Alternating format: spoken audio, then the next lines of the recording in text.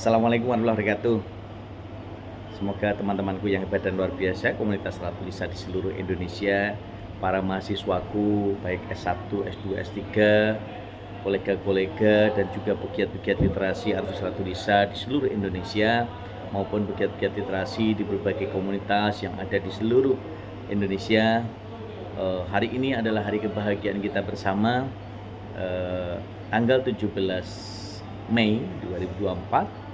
Itu menjadi salah satu hari yang bersejarah dalam kegiatan literasi ataupun gerakan literasi nasional. 17 Mei setiap tahunnya diperingati sebagai Hari Buku Nasional. Maka ketika kita bicara Hari Buku Nasional, tentu itu adalah upaya kita untuk terus berliterasi dengan Ratu Lisa, rajin menulis dan membaca. Maka kita harus melakukan upaya-upaya praktis bagaimana mengimplementasikan 3M, yakni membaca, memahami, lalu mengimplementasikan. Nah, ini kenapa saya bawa pada pengantar diskusi kita hari ini untuk mahasiswaku S3 pembelajaran inovatif, ataupun juga untuk mahasiswaku yang S2 dan S1 ketika ingin menjadi guru dan dosen abad 21, tentu harus bisa menjadi salah satu bagian sebagai sosok guru, dosen abad 21 harus memiliki pengetahuan yang luas. Dan pengetahuan ini tentu tidak lepas dari proses berliterasi dengan Ratu Lisa, rajin menulis dan membaca.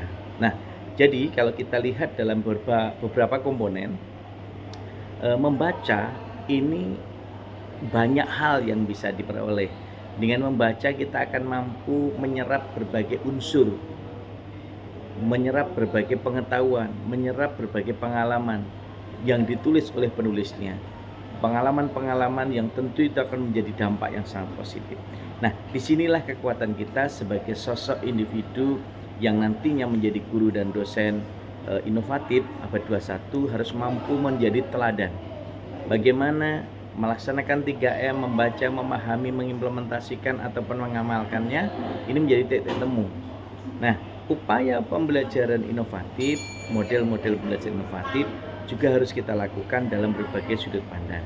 Nah, oleh karena itu ketika kita melihat aspek-aspek yang ada dalam buku sebagai media pembelajaran, buku sebagai ruang kesemestaan Ratu Lisa, rajin menulis dan membaca, ini menjadi salah satu titik temu, titik simpul bahwa model pembelajaran, inovasi pembelajaran, kreativitas pembelajaran itu orientasinya adalah untuk mengantarkan anak didik kita memiliki pengetahuan, menambah wawasan, memiliki pengalaman, memiliki kreativitas, memiliki inovasi. Nah, jadi ketika teman-temanku yang hebat dan luar biasa ingin menjadi sosok guru, dosen abad 21 yang kreatif, inovatif, produktif, inspiratif bagi multi generasi NKRI, ya tentu harus melakukan upaya gelar gerakan literasi Artus Ratu Lisa dalam segala dimensi, dengan upaya, dengan cara yang tidak bisa dilepaskan dari berbagai aspek. Aspek apa? Satu, aspek proses yang dijalani untuk memperoleh pengetahuan. Yang kedua, aspek pengalaman untuk belajar. Yang ketiga, aspek praktik untuk bisa mengimplementasikan atau mengetahui bagaimana teori itu ketika di lapangan, teori itu ketika dipraktekkan. Yang keempat, bagaimana evaluasi itu diperoleh. Yang kelima, tindak lanjut untuk bisa menyampaikan kembali hasil proses belajar yang dilakukan baik secara mandiri maupun bersama-sama siswanya, mahasiswanya, atau teman-teman kelompoknya. Nah, jadi teman-teman hebat dan luar biasa, tentu tidak bisa dipungkiri bahwa setiap guru, setiap dosen itu memiliki dan menemukan problematikanya masing-masing di kelas maupun di luar kelas. Nah, bagaimana yang bijak seorang guru dan dosen abad 21 harus mampu menemukan solusi terbaik ketika sudah berhadapan dengan mahasiswanya, berhadapan dengan murid-muridnya, untuk bisa menemukan solusi terbaik. Itulah inovasi, itulah kreasi, itulah produktivitas, itulah inspirasi, itulah motivasi. Nah, disitulah sebenarnya ketika kita memanfaatkan buku sebagai media kesemestaan, berliterasi dengan Ratu Lisa, itu nanti akan bisa memberikan ruang yang sangat luas. Bagaimana pengalaman hidup yang dulu tidak ada menjadi ada, kemudian nanti tidak ada lagi, itu tergambarkan di situ. Bagaimana proses kita mengetahui orang yang berjuang dari tangga 1 sampai tangga 10, ada tahapan-tahapan yang diperoleh untuk melakukan inovasi-inovasi pembelajaran. Bagaimana kita bisa mengkaji berbagai penelitian yang dilakukan, baik itu penelitian kualitatif, penelitian kuantitatif, baik itu yang dilakukan secara kolaboratif, mix antara penelitian kualitatif dan penelitian kuantitatif, semua akan memberikan warna. Nah, inilah pentingnya pembelajaran inovatif, itulah pentingnya kita memiliki kreativitas, dan disitulah pentingnya kita sebagai sosok guru, dosen abad 21 harus mampu menyertakan kemauan untuk bisa menemukan sesuatu. Nah, jadi yang mau saya tegaskan kepada teman-teman Hebat dan luar biasa, dalam model pembelajaran inovatif bahasa dan sastra Indonesia, yang harus disadari betul adalah satu, bahwa kita sadar kita sebagai teman, kita sebagai sahabat dalam proses pembelajaran baik di kelas maupun di luar kelas dengan siswa dan mahasiswa kita. Yang kedua, kita harus mampu mengidentifikasi berbagai problematika pembelajaran di kelas maupun di luar kelas. Yang ketiga, bagaimana kita menemukan solusi kreatif berbagai problematika yang sudah kita identifikasi tadi, akhirnya nanti akan menjadi sebuah kreativitas dan produktivitas. Yang keempat, bagaimana kita bisa mengungkapkan kembali temuan-temuan, identifikasi, diskusi, kajian yang kita lakukan di dalam kelas dan luar kelas tersebut dalam bentuk lisan maupun tulisan. Yang kelima, bagaimana kita mendeseminasikan semua ide gagasan, temuan-temuan baru itu yang nantinya bisa berdampak untuk kebaikan dan kemaslahatan.